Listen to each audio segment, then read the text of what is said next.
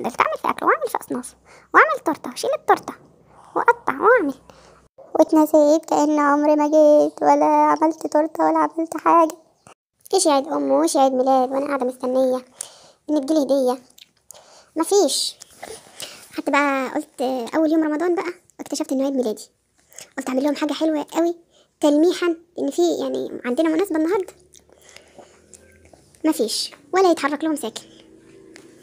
طب يفتكروها الست اللي عماله طول النهار تصنف اكلات وحاجات. عملت لهم بقى القشطه الكدابه، حطيت حليب حطيت على الحليب بقى نشا وظبطته بقى، وحطيت بقى عملت شويه شربات وشويه مربى كله معمول في البيت.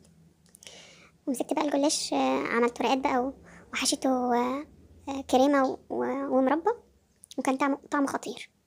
قعدت بقى مستنيه ان حد يعبرني في عيد ميلادي، مفيش. طب حتى يعني عيد الام برضه، هو عيد الام جه الاول بس يعني اتنسى يعني علينا. طب بوكس رمضان ولا حتى فانوس ميداليه اي حاجه؟ مفيش. ما طمرش فيهم بقى لا التورته ولا اصناف واكلات يعني بتاع شهر 3 كله. فضلت اعمل في اكل واعمل في اصناف واعمل تورته واشيل التورته واقطع واعمل، مفيش. مش هعمل بقى تورته ولا عيد ميلاد تاني عشان انا الوحيده اللي منسيه في البيت ده. حطوا لي بقى احزانني واغضبني كتير قوي على الفيديو، واعملوا منشنات لاجل الناس تحس على دمها.